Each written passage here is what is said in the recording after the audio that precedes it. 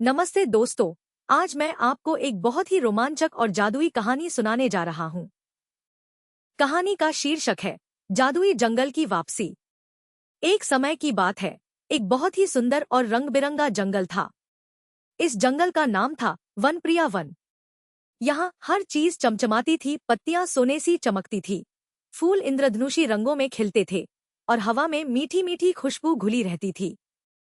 इस जंगल में एक जादुई अमृत कलश था जो जंगल को उसकी सारी सुंदरता और जादू देता था।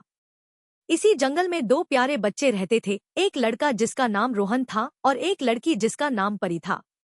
रोहन बहुत बहादुर और खोजी था, उसे नई नई चीजें ढूंढना बहुत पसंद था।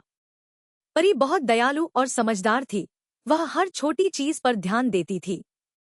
वे हर रोज जंगल में खेलने जाते थे और जंगल के प्यारे जानवरों से दोस्ती करते थे।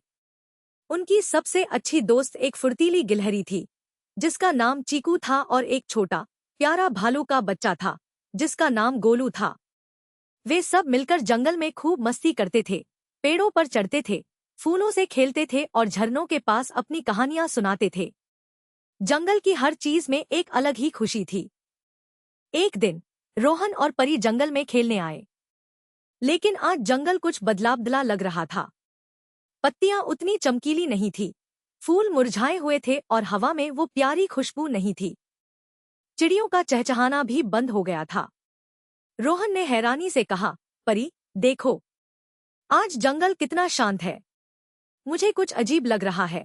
परी ने अपनी प्यारी आंखों से चारों ओर देखा और बोली, हाँ रोहन, मुझे भी लग रहा है कि जंगल की सारी रौनक कहीं खो गई है। पेड़ पौधे उदास दिख रहे हैं। तभी उन्हें अपने दोस्त चीकू गिलहरी दिखाई दी, जो एक पेड़ के तने से चिपकी हुई थी और बहुत दुखी लग रही थी। वह सामान्य रूप से कूदती फांदती रहती थी, लेकिन आज वह एक ही जगह बैठी हुई थी। रोहन और परी चीकू के पास गए। चीकू, क्या हुआ? तुम इतने उदास क्यों हो? परी ने प्यार से पूछा। चीकू ने धीरे से अपनी छोटी सी आवाज में बताया, प्यारे दोस्तों, जंगल से जादुई अमृत कलश कहीं गायब हो गया है। वह कलश जो जंगल को उसकी सारी जादुई शक्ति देता था, उसी के बिना जंगल अपनी चमक खो रहा है और हम सब जानवर भी बहुत दुखी हैं। यह सुनकर रोहन और परी चौंक गए। रोहन ने अपनी मुट्ठी भींचते हुए कहा, यह तो बहुत बुरी बात है। हमें कुछ करना होगा। हम अपने प्यारे जंगल को ऐसे उदास नहीं देख सकते। परी ने सिर हिलाया, हाँ, हम मदद करेंगे, लेकिन हम कहाँ से शुरू करें? चीकू ने बताया कि शायद वनप्रिया परी हमारी मदद कर सकती हैं। यह सुनते ही रोहन और परी ने तुरंत वनप्रिया परी को ढूंढने का फैसला किया। वनप्रिया परी जंगल के सबसे ऊंचे पेड़ की चोटी पर रहती थी। वे दोनों चीकू के साथ उस पेड़ की ओर चल पड़े। रास्ते में उन्हें कई मुरझाए हुए फूल और उदास जानवर मिले। जब वे पेड़ के पास पहुंचे तो वनप्रिया परी उनके सामने एक चमकती हुई रोशनी में प्रकट हुई। उनकी आंखें तारों जैसी चमक रही थी। बच्चों, मुझे पता है तुम यहाँ क्यों आए हो, वनप्रिया परी ने अपनी मीठी आवाज में कहा। जादुई अमृत कलश खो गया है और उसे ढूंढना बहुत जरूरी है।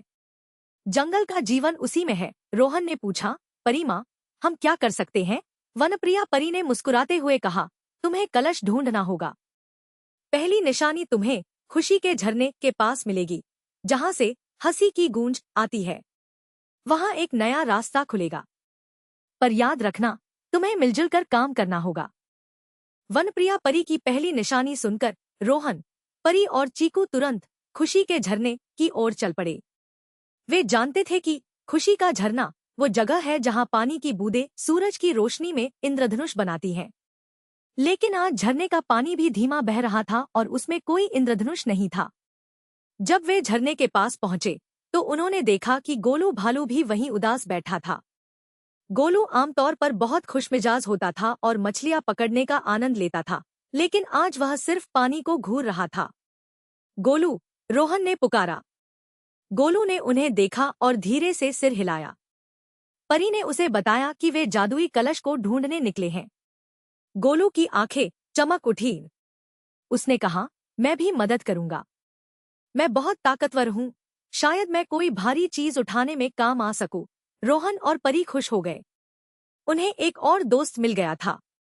अब रोहन, परी, चीकू और गोलू की टीम जादुई कलश की खोज में निकल पड़ी। वनप्रिया परी ने कहा था कि खुशी के झरने के पास से हंसी की गूंज आती है, वहीं से नया रास्ता खुलेगा। रोहन ने देखा कि झरने के पास कुछ पत्तियां बहुत अजीब तरह से जमी हुई थी। शायद रास्ता यहीं कहीं छिपा है, उसने कहा। परी ने ध्यान से देखा और बोली, देखो, इन पत्तियों के नीचे एक छोटा सा छेद है, और अगर हम सब एक साथ हंसे तो। चीकू ने अपनी छोटी सी आवाज में कहा, लेकिन मुझे तो हंसी ही नहीं आ रही। गोलू ने एक गहरी सांस ली और बोला, चलो हम सब एक साथ एक मजेदार चुटकुला सुनाते हैं। सबने मिलकर एक अजीबोगरीब चुटकुला सुनाया और फिर एक साथ ठहाका लगाया। जैसे ही उनकी हंसी की गूंज झरने से टकराई, पत्तियों के नीचे से एक चमकती हुई रोशनी निकली और एक छोटा सा गुप्त रास्ता खुल गया। सब हैरान रह गए और खुशी से एक दूसरे की ओर देखा। गुप्त रास्ता एक छोटी सी सुरंग की तरह था, जो गहरे जंगल की ओर जा रहा था। सुरंग के अंदर कुछ ही दूरी पर एक विशाल मकड़ी का जाला फैला हुआ था, जिससे आगे जाना मुश्किल लग रहा था। रोहन ने तलवार की तरह एक डंडी उठाई, लेकिन जाला बहुत बड़ा और मजबूत था। परी ने कहा, हम इसे एक साथ खींच सकते हैं, लेकिन जाला फिर भी नहीं टूटा। चीकू गिलहरी ने सोचा, शायद मैं कुछ कर सकूं। वह बहुत तेजी से जाले के ऊपर से होते हुए दूसरी तरफ पहुंच गया और वहां से उसने एक लटकती हुई बेल पकड़ी। गोलू ने अपनी पूरी ताकत से जाले के एक कोने को पकड़ा और खींचना शुरू किया। सबने अपनी अपनी ताकत लगाई। रोहन और परी ने भी एक कोने को पकड़ा। जैसे ही सबने मिलकर जाले को खींचा, वह बीच से फट गया और रास्ता खुल गया। यह उनकी पहली बड़ी जीत थी और सबने महसूस किया कि एक साथ काम करने में कितनी शक्ति होती है। वे हंसते हुए आगे बढ़े। रास्ता अब उन्हें एक बड़े से चमकीले फूलों के मैदान में ले आया। ये फूल इतने सुंदर थे कि उनकी चमक से आंखें चौंधिया रही थी। लेकिन तभी उन्हें वनप्रिया परी की दूसरी निशानी याद आई। जादुई पत्थर वहां मिलेगा, जहां सूरज और चांद मिलते हैं। उसे प्यार से छूने से रहस्य खुलेगा। रोहन ने चारों ओर देखा। यहाँ तो सिर्फ फूल ही फूल हैं, पत्थर कहाँ है? परी ने ध्यान से फूलों के बीच एक बहुत ही अजीब सा फूल देखा, जो बाकियों से थोड़ा अलग था। वह नीला और पीला दोनों रंगों का था, जैसे सूरज और चांद के रंग एक साथ मिल गए हों। परी ने धीरे से उस फूल को छुआ। जैसे ही उसने छुआ, फूल जमीन में धंस गया और उसके नीचे से एक चमकता हुआ पत्थर दिखाई दिया। यह पत्थर बिल्कुल चिकना और चमकीला था और इसमें से धीमी रोशनी निकल रही थी। यही है जादुई पत्थर, चीकू ने खुशी से कहा। अब चुनौती थी जादुई पत्थर को सही ढंग से छूना ताकि वह अपना रहस्य खोले। वनप्रिया परी ने कहा था, उसे प्यार से छूने से रहस्य खुलेगा। रोहन ने पत्थर को छुआ, लेकिन कुछ नहीं हुआ। परी ने सोचा, प्यार से छूने का क्या मतलब है? तभी उसे याद आया कि उसकी दादी कहती थी कि जब हम किसी चीज को दिल से छूते हैं तो वह जवाब देती है। उसने अपनी आंखें बंद की और पत्थर पर अपना हाथ रखा और मन ही मन जंगल के लिए प्यार और खुशी महसूस की। जैसे ही उसने ऐसा किया, पत्थर से एक तेज रोशनी निकली और वह हवा में ऊपर उठने लगा। पत्थर घूमने लगा और उससे एक नक्शा दिखाई दिया, जो हवा में चमक रहा था। नक्शा दिखा रहा था कि जादुई कलश जंगल के सबसे पुराने पेड़ के नीचे एक गुफा में छिपा है। नक्शे के अनुसार उन्हें जंगल के सबसे पुराने और घने हिस्से में जाना था। यह हिस्सा थोड़ा डरावना लग रहा था क्योंकि वहां सूरज की रोशनी भी मुश्किल से पहुंचती थी और पेड़ बहुत ऊंचे और घने थे। जैसे ही वे उस हिस्से में पहुंचे, उन्हें एक बहुत बड़ा कांटेदार झाड़ियों का झुंड मिला, जो रास्ते को पूरी तरह से रोके हुए था। झाड़ियां इतनी घनी और कांटेदार थी कि कोई भी उनमें से गुजर नहीं सकता था। चीकू ने कहा, ओह, अब क्या करें? ये तो बहुत डरावनी है। रोहन ने झाड़ियों को हटाने की कोशिश की, लेकिन उसके हाथ में कांटे चुभ गए। गोलू ने अपनी पूरी ताकत से झाड़ियों को हटाने की कोशिश की, लेकिन वे हिल भी नहीं रही थी। परी ने सोचा, हमें कोई दूसरा रास्ता ढूंढना होगा या फिर इन कांटों को पार करने का कोई उपाय। तभी उसे एक बेल दिखाई दी जो झाड़ियों के ऊपर से गुजर रही थी। परी ने उस बेल को ध्यान से देखा और बोली, देखो, यह बेल इन झाड़ियों के ऊपर से उस पार तक जा रही है। शायद हम इस पर लटक कर उस पार जा सकते हैं। रोहन ने देखा कि बेल मजबूत थी, लेकिन सबको एक एक करके जाना होगा। सबसे पहले मैं जाता हूँ, रोहन ने कहा। वह बेल को पकड़कर उस पार कूदने लगा, लेकिन बेल बीच में ही थोड़ी ढीली हो गई। गोलू ने अपनी ताकत का इस्तेमाल किया। उसने बेल को नीचे से पकड़कर ऊपर की ओर धकेला, जिससे रोहन को सहारा मिला और वह आसानी से उस पार पहुंच गया। फिर परी और चीकू भी गोलू की मदद से उस पार चले गए। अब गोलू को आखिर में जाना था। उसने एक लंबी छलांग लगाई और बेल पकड़कर उस पार पहुंच गया। सबने एक दूसरे को शाबाशी दी। वे अब जादुई कलश के और भी करीब थे। नक्शा उन्हें एक विशालकाय पुराने बरगद के पेड़ के पास ले आया। यह पेड़ इतना पुराना था कि इसकी जड़ें जमीन से ऊपर उठकर एक छोटी सी गुफा बना रही थी। शायद कलश इसी गुफा में है, रोहन ने उत्साहित होकर कहा। गुफा के मुहाने पर कुछ जादुई चमक बिखरी हुई थी।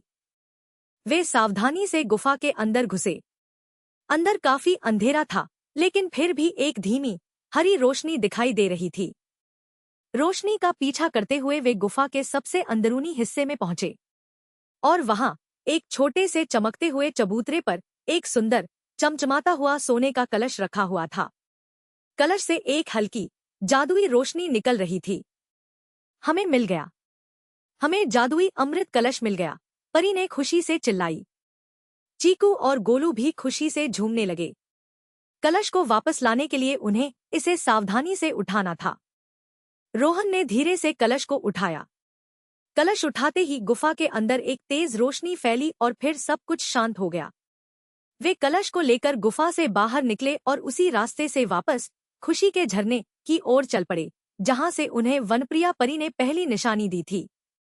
जैसे ही वे कलश को जंगल के केंद्र में वापस लाए और उसे उसकी सही जगह पर रखा, एक अद्भुत चीज हुई। कलश से एक सुनहरा प्रकाश निकला और पूरे जंगल में फैल गया। मुरझाए हुए फूल खिल उठे, पत्तियां फिर से चमकीली हो गई और हवा में पहले जैसी मीठी खुशबू भर गई। चिड़िया फिर से चहचहाने लगी और जंगल के सारे जानवर खुशी से कूदने फांदने लगे। जंगल फिर से अपनी पूरी जादुई शक्ति के साथ चमक रहा था। वनप्रिया परी फिर से उनके सामने प्रकट हुई। उनकी आंखों में चमक और चेहरे पर संतोष था। वनप्रिया परी ने रोहन, परी, चीकू और गोलू की ओर देखा और मुस्कुराई। तुम सबने मिलकर बहुत बड़ा काम किया है, प्यारे बच्चों और दोस्तों। तुमने जंगल की जान बचाई है, रोहन ने कहा। यह सब आपकी मदद और हमारी दोस्ती से हुआ, परी माँ, परी ने कहा। हाँ, अगर हम सबने मिलकर काम न किया होता तो यह कभी संभव नहीं होता, गोलू ने अपनी भारी आवाज में कहा। मुझे खुशी है कि मैं सबकी मदद कर पाया, चीकू ने सिर हिलाया। एकता में ही शक्ति है, वनप्रिया परी ने प्यार से उनके सिर पर हाथ फेरा और कहा। तुम सबने यह साबित कर दिया कि दोस्ती, साहस और मिलकर काम करने से कोई भी मुश्किल आसान हो जाती है। जब हम प्रकृति की देखभाल करते हैं तो प्रकृति भी हमें खुशियां देती है। रोहन, परी और सभी जानवर वनप्रिया परी को धन्यवाद देने लगे। जंगल में फिर से खुशी और हंसी की गूंज सुनाई देने लगी और वे सब हमेशा एक दूसरे के साथ खेलने और जंगल की देखभाल करने का वादा करते थे। दोस्तों, इस कहानी से हमें यह सीख मिलती है कि हमें हमेशा मिलजुल कर काम करना चाहिए। जब हम सब मिलकर किसी समस्या का सामना करते हैं तो कोई भी मुश्किल काम आसान हो जाता है।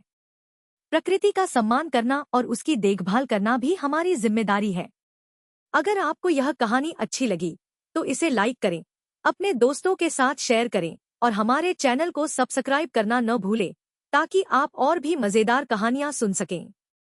धन्यवाद।